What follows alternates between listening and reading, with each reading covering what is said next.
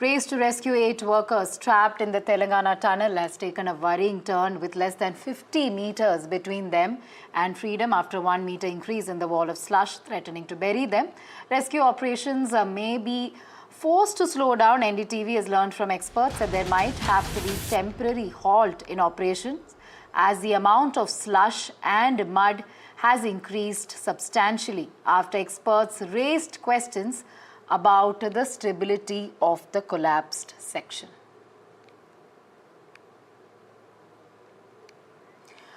We have Uma joining us live from near the site. Uma, of course, as you've been reporting, rescue operations have been met with several obstacles. All efforts are on at this point by different agencies. But what seems to be the challenges right now, and looks like the survival of workers at this point is very, very bleak.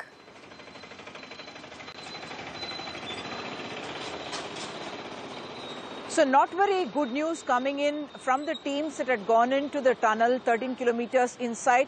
What happens is every time a locomotive takes people, experts inside, and then they are brought out and the next shift goes in. So far 5 such teams have gone in.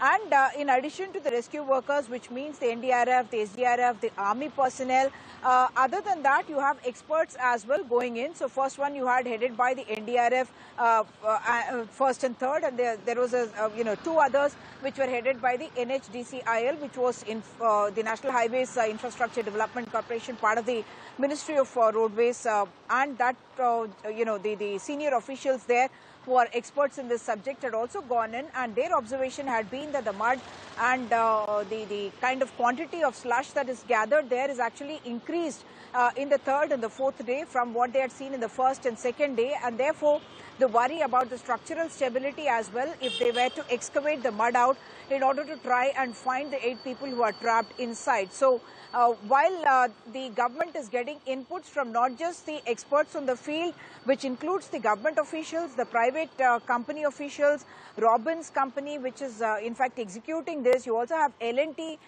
senior officials who had gone in yesterday as part of the 5th team, and as we speak they are in fact briefing the government officials and the political leadership on what they have found after their 5th visit. The government is also getting inputs from the NRSA, the National Remote Sensing Agency, as well as the GSI, which is the Geological Survey of India, to find out if there are any topographical changes, any geological kind of changes which can create structural instability inside the tunnel if excavation and rescue activity were to continue or to intensify. And therefore, the government as of now wants to take a call on what they want to do next only after getting all the inputs and ensuring that the rescue teams that go inside do not get endangered because of the efforts that they are undertaking inside, and that will be a priority. As of now, from the 8 people who were trapped inside the tunnel at 8:30 a.m. on Saturday, there has been no word from them, no messaging, no phone calls that could be reached out to them. And when they physically went to that area after 13 kilometers to try and shout out, you would understand that this is a tunnel, so there would be sound that is carried through, but there is no reply or sound that they got from the other side, which could have indicated that there is some life and someone waiting there. But the government does not want to give up on any hopes, and that's the reason why they are very keen to continue with this operation.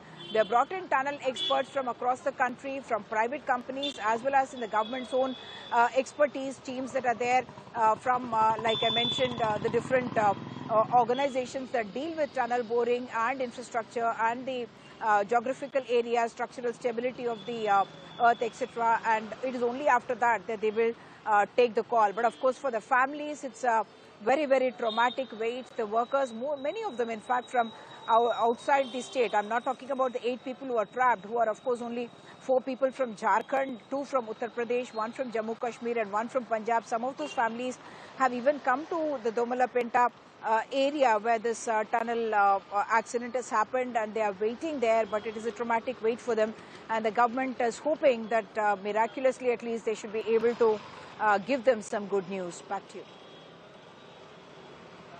All right, thank you, Uma, for getting us those details. Tragic, certainly. No breakthrough as of now. No communication also being established, but efforts on, but chances of survivors, unfortunately, bleak. Thank you for getting us those details.